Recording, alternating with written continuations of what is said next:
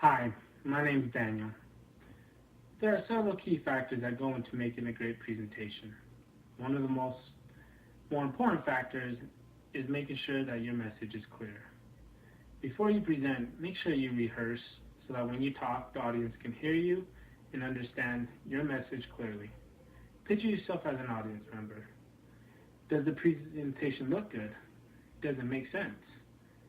If you are using visuals such as slides, make sure that you provide the information you are trying to get across, but do not exceed 15 words per slide. You can do this by so as not to confuse or overwhelm the audience. Any additional or peripheral information can be conveyed in other ways.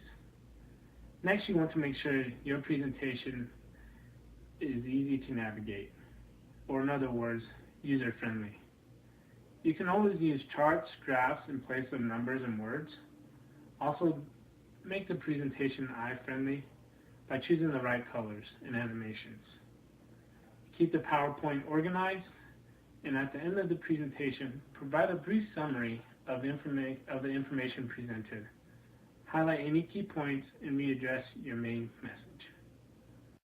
Howdy, I'm going to talk a little bit about the persuasive potential in presentations. As Daniel talked about, it's pretty critical to incorporate the right colors and right schematics in your presentation in order to draw the eye and maintain the attention of your audience. But it gets a little bit deeper than that. We can take it to the next step. If you are applying appropriate color contrast as well as using keywords like bolded out or summarize the rest of the content of your page in a presentation, you are able to hold the attention of your audience. You're able to direct them from one train of thought to another in order to effectively communicate an idea or communicate really whatever it is that the point of the presentation is about. There's lots of ways to take advantage of that. There's even some nonverbal communications that Josh will talk about a little bit in his part of this video. Depending on how you move your hands, you're able to, again, direct certain attention to certain focal points. On top of that, you're able to receive how well your audience is taking in what you're communicating to them about through their nonverbal communications. Whether or not you can see their eyes wander, whether or not you can see them getting bored, being genuinely interested in what you're saying, or even seeing them look at other parts of your presentation that you weren't intending to focus them on. You're able to learn from that to then do a better job persuading them to whatever you're trying to tell them about. Presentations are very, very optimized to take advantage of those different things, and there's other things as well, in order to persuade an audience to what it is that you want them to do. Hey everybody, today I'm going to talk a little bit about verbal and nonverbal communication. Verbal communication is pretty straightforward. It's spoken. We see it in different platforms like the news, and we hear it every day in the radio. Telephones have brought us a long way with verbal communication because we can speak to each other from pretty much anywhere.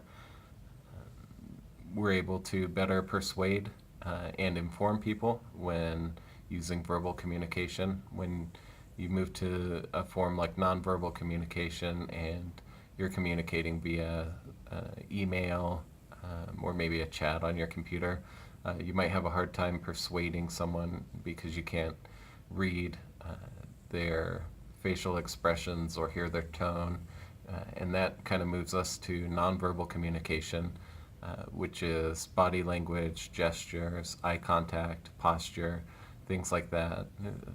Nonverbal communication is very important when trying to understand where maybe your coworker or your superiors at work, when you're trying to understand where they're coming from. Even nonverbal communication even includes things like tone and the pitch of your voice. It's very important in the business world to be able to communicate. Without that, you're unlikely to be very successful.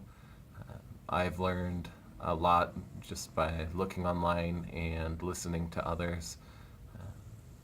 That's all I have. Thanks. One last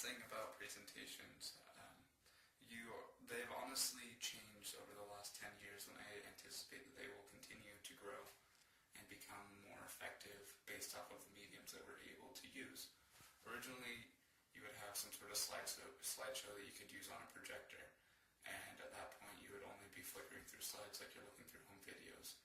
That's advanced to a PowerPoint when that was originally introduced. I want to say in the early 1990s, maybe late 90s. I don't know specifically on that, so I apologize. But in an original PowerPoint, you could have some moving graphics, but it wasn't something that was an animated graphic. It was a point that starts over here and then moves over here to grab the attention, and then you'd have transitions that were somewhat animated between slides. But now you can incorporate videos and animated graphics to draw attention. So who knows where a presentation will evolve in the next 10, 20, even 50 years from now. Maybe we'll be able to incorporate holograms. Maybe some other crazy stuff.